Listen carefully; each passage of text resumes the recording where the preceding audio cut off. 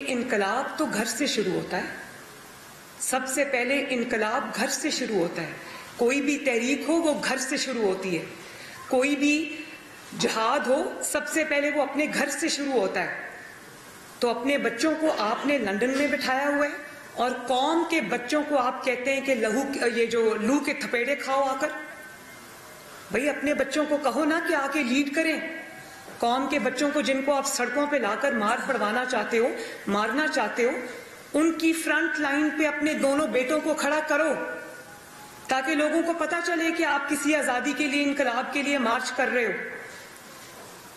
ان کو کہو نا کہ وہ جو تاج برطانیہ ہے اس کے جو حلف انہوں نے اٹھایا ہوا ہے, اس کا جو توق ہے جو انہوں نے اپنے گلے میں, اس حلف کا, تاج برطانیہ کے حلف کا جو توق اپنے گلے میں ڈالا ہے وہ اتار کے آئیں پاکستان.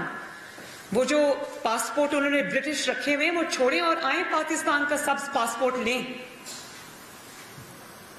اپنے بچے تو وہاں ٹھنڈی ہواؤں میں, اور یہاں پاکستانی قوم کے بچوں کو آپ ترغیب دے رہے ہیں کہ نکلو اور میری خاطر مار کھاؤ, ڈنڈے کھاؤ. ان کو بھی کہیں کہ آ کے ڈنڈے کھائیں, بلکہ سامنے کھڑے ہوں. میں نے جو تحریک کبھی لیڈ کی ہے, جماعت نے میری ذمہ داری لگائی ہے, چاہے وہ پی ڈی ایم کی تحریک ہو یا وہ کوئی بھی تحریک ہو, تو میں تو پیچھے نہیں ہٹی. میں نے بچوں کو آگے مار کھانے کے لیے نہیں چھوڑ دیا. آگے فرنٹ لائن میں خود ہوتی تھی. میں عورت ہوں لیکن میں نے چوڑیاں نہیں پہنی ہوئی. جب نیب کے دفتر میں عمران خان نے میرے پہ پتھراؤ کرایا تو میں نے اپنے کارکنوں کو آگے نہیں کیا. میں گاڑی سے نکل کے کھڑی ہو گئی. میں نے کہا مارو پتھر, میں کھڑی ہوں یہاں پر, کھولو نیب کا دروازہ. میں نے یہ نہیں کہا کہ میرے کارکنوں کو مارو, میں پیچھے چھپ کے بیٹھی ہوں. اور پھر تمہارے بچے لندن میں ٹھنڈی فضاؤں میں, اور قوم کے بچے یہاں لو کے تھپیڑے کھانے کے لیے کیوں؟ یہ تفریق کیوں ہے؟ مجھے اس کا جواب چاہیے. بھئی اتنی آزادی کی تحریک ہے تو لاؤ نا اپنے بچوں کو, وہ بھی اپنے ملک کے لیے کریں اگر پاکستان کو وہ اپنا ملک سمجھتے ہیں تو. یہ ورنہ تمہارے آزادی کے بھاشن کو ہم نہیں مانتے. اور پھر ہمیں کہتے ہیں کہ امریکی سازش ہو گئی, یہ ہو گیا, وہ ہو گیا. تو کل میں دیکھ رہی تھی CNN کی بیٹی اینڈرسن کو انہوں نے جب انٹرویو دیا تو CNN جو امریکی چینل ہے اس میں تو انہوں نے کوئی امریکی سازش کی بات نہیں کی. اگر آپ میں ہمت تھی اور اگر سازش سچ تھی تو CNN کو بتاتے کہ تمہارا ملک میرے خلاف سازش کر رہا ہے.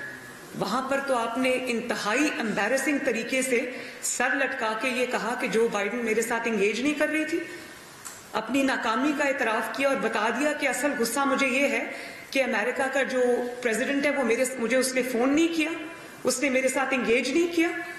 سازش کا ذکر تو وہاں پہ بالکل بھی نہیں تھا. تو پاکستانی عوام کو بے وقوف بنانے کے لیے آپ نے ایک اور بیانیہ رکھا ہوا ہے, اور امریکی چینل کو جب آپ انٹرویو دیتے ہیں تو بھیگی بلی بن جاتے ہیں. تو کیا یہ تضاد پاکستان کی عوام کو نظر نہیں آ رہا؟ سب نظر آ رہا ہے. آپ یہ مانیں, آپ CNN کو کل کہہ رہے تھے کہ میری پرائم منسٹر ہوتے ہوئے اتنی اوقات دنیا نہیں سمجھتی تھی کہ دنیا مجھے منہ لگاتی یا مجھے فون کرتی. صرف CNN نہیں, صرف امریکہ نہیں, آپ کو کسی ملک نے منہ نہیں لگایا, کیونکہ ان کو پتا تھا کہ آپ جعلی وزیر اعظم ہیں. ان کو پتا تھا کہ آپ کی حیثیت چاہے آپ حکومت میں ہو یا حکومت سے باہر ہو ایک بلی کی نہیں ہے. آپ نے تو جب جو فارن پالیسی کا آپ نے جو شیرازہ بکھیرا پاکستان کی, ایک ملک میں جاتے تھے تو دوسرے ملک کی چگلی کر کے آتے تھے.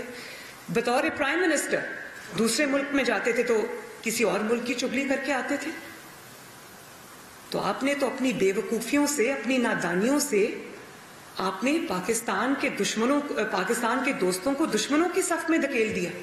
کوئی ملک آپ کے ساتھ کھڑا نہیں تھا.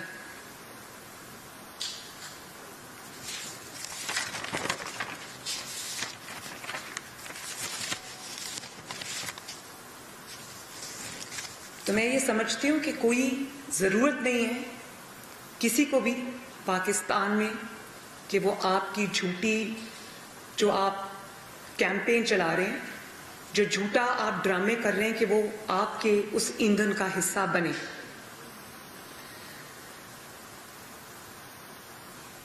اور کون سی آزادی بھائی؟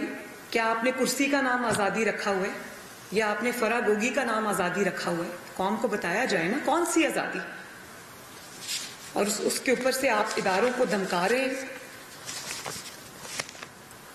اور چاہتے ہیں کہ آپ اداروں پہ پریشر ڈالیں. تو میں آپ کو یہ بتا دوں کہ اپنی جب حکومت تھی تو کہا کہ جو ہمارے چیف ہیں ان سے زیادہ نیوٹرل میں نے چیف نہیں دیکھا. پھر جب کرسی کھسکی تو کہا کہ نیوٹرل تو جانور ہوتا ہے اور اللہ تعالیٰ ہمیں نیوٹرل رہنے کی اجازت نہیں دیتا.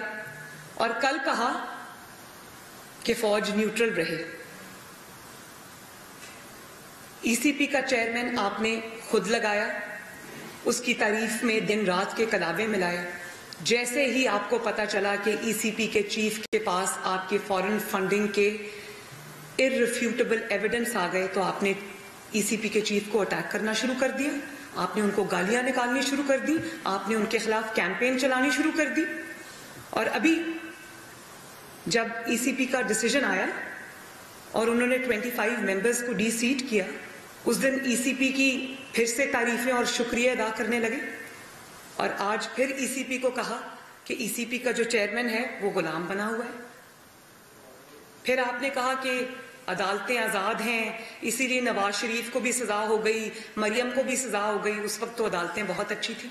جب آپ نے آئین توڑا, قانون توڑا, اپنے پاؤں کے نیچے آپ نے آئین کو روندا اور آپ کو سپریم کورٹ آف پاکستان نے جو تاریخی ڈیسیجن دیا, 12 بجے عدالت کھلی اور آپ کو آئین شکنی سے روکا گیا, تو آپ نے عدالت کو نہ صرف برا بھلا کہا بلکہ سوشل میڈیا پہ خطرناک ترین گالیوں پر مبنی کیمپین چلائی آپ نے عدالت کے خلاف.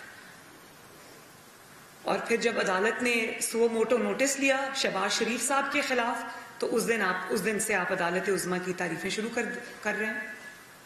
تو میں عدالتوں کو بھی یہ بہت ادب سے یہ بات کہنا چاہتی ہوں, عدلیہ کو بھی کہنا چاہتی ہوں کہ یہ روایت مت ڈالیں کہ جو شخص سب سے بڑھ کر اداروں کو گالیاں نکالے گا اسی کے حق میں فیصلے آئیں گے. قوم کے حق میں فیصلے کریں, ملک کے حق میں فیصلے کریں. سوشل میڈیا کو مت دیکھیں, میڈیا کو مت دیکھیں اور اس قوم کے مستقبل کے حق میں فیصلے کریں.